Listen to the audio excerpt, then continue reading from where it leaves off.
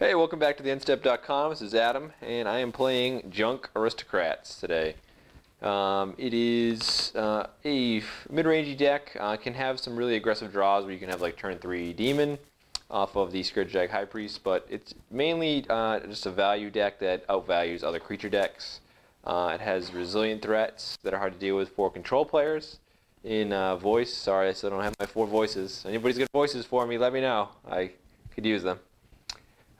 Just hard to deal with threats that are like resilient to sweepers, like Thralls, Cartel Aristocrat. It's really tough to deal with. It just always has protection. And then the Sorens and Township really gives a lot of value to the creatures. And you can play like a long game against a control deck. And then Blood Artist is really nice because if they have to sweep with a bunch of tokens in play, he's just going to take a ton of damage. So that's pretty much it. It's pretty much one of the better decks right now. Brad Nelson obviously won a recent SCG with it. So it's not anything innovative, but I wanted to play a decent deck with some new interactions, with some new cards. So that's pretty much it for the main deck. The spells are really straightforward. It's all just 4-ofs with Tragic Slip and Leering Souls. And then Soren as like your big top end. The mana base is mostly green-black and green-white lands, cutting on 2 of the Sun Petal Groves, and then you have two Gavany Townships and a swamp as your other lands that aren't your duels. It's 25 lands actually, which is a lot of lands for this style deck with like the mana curve. The thing is, you really want to not miss your land drops in this deck, and then you need 5 mana to Township, and Township does a lot of work in this deck. Alright, we'll pause and come back with the sideboard. Alright, we're back with the sideboard for Junk Aristocrats. Just run through a few of the things we have in the sideboard. For Graveyard Hate, we're just going max on Deathrite Shaman.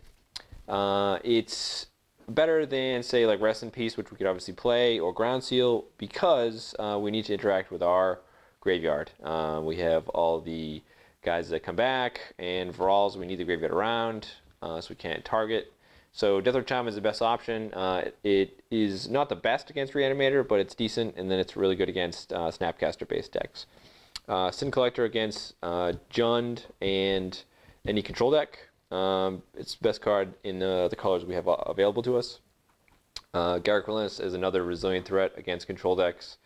Can just make a steady stream of 2/2s, especially good if they don't have Restoration Angel. If they do have Restoration Angel, he's not great at all because they just cast Restoration Angel and kill him. Very good against other similar speed decks, excuse me, because he just eats whatever they have. Like really good in the mirror match, you can just eat the Blood Artist for free continually. Abrupt Decay is good against any problematic permanents.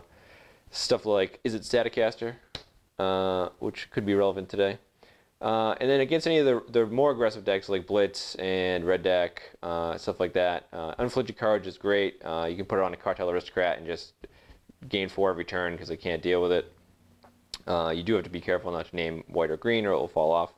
And then 1 Appetite for Brains as another good card against Jund. It hits pretty much all their relevant cards, Huntmaster and Thragtusk and stuff like that.